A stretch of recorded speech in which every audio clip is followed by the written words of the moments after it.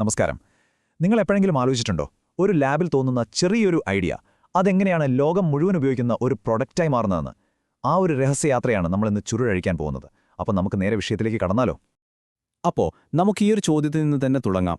ഒന്ന് ആലോചിച്ച് നോക്കൂ, നമ്മുടെ യൂണിവേഴ്സിറ്റി ലാബുകളിലൊക്കെ എത്രയെത്ര ബ്രില്യൻ്റ് ഐഡിയകളാണ് ദിവസവും ഉണ്ടാകുന്നത്. പക്ഷേ അതിൽ എത്രയെണ്ണം വെളിച്ചം കാണാറുണ്ട്? സത്യം പറഞ്ഞാൽ കണക്കുകൾ കേട്ടാൽ നമ്മൾ ഞെട്ടിപ്പോവും. നമ്മുടെ ഇന്ത്യയെപ്പോലൊരു രാജ്യത്ത് നടക്കുന്ന റിസർച്ചുകളിലെ വെറും 5% താഴെ മാത്രമാണ് ഒരു പ്രോഡക്റ്റായി മാർക്കറ്റിലെത്തുന്നത്. ഓർക്കണം, 5% താഴെ. ഇതൊരു ചെറിയ ഗ്യാപ്പല്ല. അപ്പോൾ സ്വാഭാവികമായും ഒരു ചോദ്യം വരും, എന്തുകൊണ്ടാണ് ഇങ്ങനെ സംഭവിക്കുന്നത്? ഒരുപാട് നല്ല ആശയങ്ങളുണ്ടായിട്ടും എന്തുകൊണ്ടാണ് ഭൂരിഭാഗം ഗവേഷണങ്ങളും പ്രോഡക്റ്റുകളായി മാറാത്തത്? കാരണം ലാബുകളിൽ നിന്ന് ഒരുപാട് പബ്ലിക്കേഷൻസും പ്രോട്ടോടൈപ്പുകളുമൊക്കെ ഉണ്ടാകുന്നുണ്ട്, ശരിയാണ്. പക്ഷെ അവിടെ നിന്ന് യഥാർത്ഥ ലോകത്തേക്ക്, അതായത് നമ്മൾ ഉപയോഗിക്കുന്ന ഒരു പ്രൊഡക്റ്റായി മാറാനുള്ള ദൂരം അത് വളരെ വലുതാണ്. ആ വഴിയിൽ വലിയൊരു അപകടം പതിയിരിപ്പുണ്ട്. ഈ വിടവിനെയാണ് ടെക് ലോകത്ത് വാലി ഓഫ് ഡെത്ത് അഥവാ മരണത്തിന്റെ താഴ്വര എന്ന് വിളിക്കുന്നത്. പേര് കേൾക്കുമ്പോൾ തന്നെ ഒരു പേടി തോന്നുന്നില്ലേ? സംഭവം അതുതന്നെയാണ്. ഒരുപാട് നല്ല ആശയങ്ങൾക്ക് മുന്നോട്ടു പോകാൻ ഫണ്ടിങ്ങോ കൃത്യമായ വഴിയോ ഇല്ലാതെ ഇവിടെ വെച്ച് ശ്വാസം മുട്ടി മരിച്ചു പോകുന്നു. അപ്പോൾ ഈ മരണത്തിന്റെ താഴ്വര കടക്കാൻ ഒരു വഴിയുമില്ലേ? തീർച്ചയായുമുണ്ട്. അതിനൊരു കൃത്യമായ പാതയുണ്ട്. ആ പാതയിലൂടെയാണ് നമ്മൾ ഒരു ഗവേഷണത്തെ യഥാർത്ഥ ഉൽപ്പന്നമാക്കി മാറ്റുന്നത്. ആ പ്രോസസ്സ് എന്താണെന്ന് നമുക്ക് നോക്കാം. ഈ കാണുന്നതാണ് ആ യാത്രയുടെ ഒരു ബ്ലൂ പ്രിന്റ്. ഇതൊരു 3 ഘട്ടങ്ങളുള്ള യാത്രയാണ്. ഒന്നാമത്തെ സ്റ്റേജ് റിസർച്ച്. ഇവിടെയാണ് ഐഡിയ ജനിക്കുന്നത്, അതിനുവേണ്ട IP പ്രൊട്ടക്ഷൻ, അതായത് ബൗദ്ധിക സ്വത്തവകാശ സംരക്ഷണം നേടുന്നത്. രണ്ടാമത്തെ സ്റ്റേജ് ഇന്നൊവേഷൻ. ഇവിടെ ആ ഐഡിയയെ ഒരു പ്രൂഫ് ഓഫ് കൺസെപ്റ്റായും പിന്നെ ഒരു പ്രോട്ടോടൈപ്പായി മാറ്റുന്നു. അത് വർക്കാകുമോ ഇല്ലയോ എന്ന് ഉറപ്പിക്കുന്നത് ഈ ഘട്ടത്തിലാണ്. അവസാനത്തേത് കൊമേഴ്ഷ്യലൈസേഷൻ, അതായത് ഇതിനെ ലൈസൻസ് വഴിയോ സ്റ്റാർട്ടപ്പ് വഴിയോ മാർക്കറ്റിലേക്ക് എത്തിക്കുന്നു. അപ്പോൾ നമ്മളീ പറഞ്ഞ ടെക്നോളജി കൊമേഴ്ഷ്യലൈസേഷൻ എന്ന വാക്കിന്റെ യഥാർത്ഥ അർത്ഥം എന്താണ്?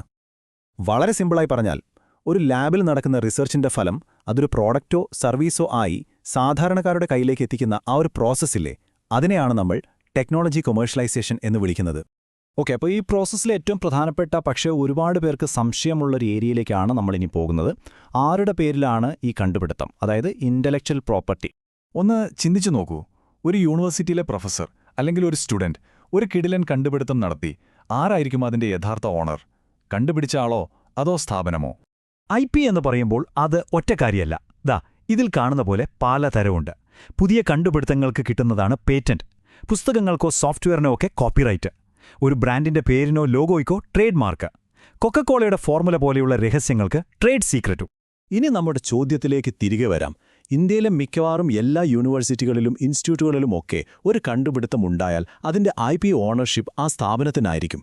പക്ഷേ അതുകൊണ്ട് കണ്ടുപിടിച്ച ആൾക്ക് ഒരു പ്രയോജനവുമില്ല എന്ന് കരുതരുത്. ആ കണ്ടുപിടുത്തം മാർക്കറ്റിൽ വിറ്റ് പണം കിട്ടുമ്പോൾ അതിന്റെ ഒരു നല്ലൊരു ശതമാനം, ഏകദേശം 30 മുതൽ 70% വരെ റോയൽറ്റിയായി ആ ഗവേഷകന് തന്നെ ലഭിക്കും. ഇതവർക്ക് വലിയൊരു ഇൻസെന്റീവ് അല്ലേ? പക്ഷേ ഈ യാത്രയിൽ ഒരുപാട് അബദ്ധങ്ങൾ പറ്റാൻ സാധ്യതയുണ്ട്. ഗവേഷകർ സാധാരണ വരുത്തുന്ന ചില തെറ്റുകൾ എന്തൊക്കെയാണെന്ന് നോക്കാം. ഒന്നാമത്തത്, പേറ്റന്റ് ഫയൽ ചെയ്യുന്നതിന് മുമ്പ് തന്നെ റിസർച്ച് പേപ്പർ പബ്ലിഷ് ചെയ്യുക. അതോടെ ആ ഐഡിയയുടെ പുതുമ നഷ്ടപ്പെടും. പിന്നെ ഒരു NDA, അതായത് നോൺ ഡിസ്ക്ലോഷർ അഗ്രിമെന്റ് സൈൻ ചെയ്യാതെ പുറത്തുള്ളവരുമായി ഐഡിയ ഷെയർ ചെയ്യുന്നത്. ഇതൊക്കെ വലിയ അപകടമാണ്. അതുപോലെ ഒരു പേറ്റന്റ് കിട്ടിയാൽ എല്ലാം കഴിഞ്ഞു, പ്രോഡക്റ്റ് റെഡിയെന്ന് വിചാരിക്കുന്നതും വലിയൊരു തെറ്റിദ്ധാരണയാണ്. അപ്പോൾ എങ്ങനെയാണ് ഈ ലാബിലെ കണ്ടുപിടുത്തങ്ങൾ വ്യവസായ ലോകത്തേക്ക് എത്തുന്നത്? അതിനൊരു പാലം വേണമല്ലേ? ആ പാലമാണ് ടെക്നോളജി ട്രാൻസ്ഫർ. എന്താണ് ഈ ടെക്നോളജി ട്രാൻസ്ഫർ? പേര് സൂചിപ്പിക്കുന്നത് പോലെ തന്നെ ഒരു യൂണിവേഴ്സിറ്റിയിലോ ലാബിലോ ഉള്ള അറിവ്, ടെക്നോളജി അല്ലെങ്കിൽ IP, ഇതിനെ ഒരു കമ്പനിക്കോ സ്റ്റാർട്ടപ്പിനോ കൈമാറുന്ന ആ ഒരു ഫോർമൽ പ്രോസസ്സ്. ഇതാണ് കണ്ടുപിടുത്തങ്ങൾക്ക് ജീവൻ നൽകുന്നത്. ഈ കൈമാറ്റത്തിന് സാധാരണ ഉപയോഗിക്കുന്ന ഒരു വഴിയാണ് ലൈസൻസിംഗ്. പ്രധാനമായും 2 തരം ലൈസൻസിംഗ് ഉണ്ട്. എക്സ്ക്ലൂസീവ് ലൈസൻസ് എന്ന് പറഞ്ഞാൽ ആ ടെക്നോളജി ഉപയോഗിക്കാനുള്ള അവകാശം ഒരൊറ്റ കമ്പനിക്ക് മാത്രമായിരിക്കും. ഇത് ആ കമ്പനിക്ക് വലിയൊരു മുതൽക്കൂട്ടാണ്, പക്ഷേ റിസ്ക്കും കൂടുതലാണ്. എന്നാൽ നോൺ എക്സ്ക്ലൂസീവ് ആണെങ്കിൽ ഒരേ ടെക്നോളജി തന്നെ പല കമ്പനികൾക്കും ഉപയോഗിക്കാം. ഇതിൽ റിസ്ക് കുറവാണ്, ആ ടെക്നോളജി കൂടുതൽ പേരിലേക്ക് എത്തുകയും ചെയ്യും. ഇനി ഈ ലൈസൻസിംഗ് വഴി എങ്ങനെയാണ് പണം വരുന്നത്? അതിന് പ്രധാനമായും 4 വഴികളുണ്ട്. 1. അപ്ഫ്രണ്ട് ഫീ, അതായത് ലൈസൻസ് കൊടുക്കുമ്പോൾ തന്നെ ഒരു വലിയ തുക ഒറ്റത്തവണയായി വാങ്ങുന്നു. 2. മൈൽസ്റ്റോൺ പേയ്മെന്റ്സ്, പ്രൊജക്റ്റിന്റെ ഓരോ ഘട്ടം പൂർത്തിയാകുമ്പോഴും പണം കിട്ടുന്നു. മൂന്നാമത്തേത് റോയൽറ്റി. പ്രോഡക്റ്റ് വിൽക്കുമ്പോൾ കിട്ടുന്ന ലാഭത്തിന്റെ 1%, സാധാരണയായി 2 മുതൽ 7% വരെ സ്ഥിരമായി ലഭിച്ചുകൊണ്ടിരിക്കും. അവസാനമായി ഇക്വിറ്റി, അതായത് ആ ടെക്നോളജി വെച്ച് ഒരു സ്റ്റാർട്ടപ്പ് തുടങ്ങുകയാണെങ്കിൽ അതിലൊരു ഓഹരി പങ്കാളിത്തം നേടുക. ഓക്കേ, ഇത്രയും നേരം നമ്മൾ തിയറിയാണ് സംസാരിച്ചത്. ഇനി നമുക്ക് ഇന്ത്യയിലെ ഈ വഴിയിലൂടെ വിജയം കണ്ട ചില റിയൽ ലൈഫ് ഉദാഹരണങ്ങൾ നോക്കിയാലോ? ആദ്യത്തേത് നമ്മുടെ കേരളത്തിൽ നിന്നുള്ളൊരു അഭിമാനമാണ്.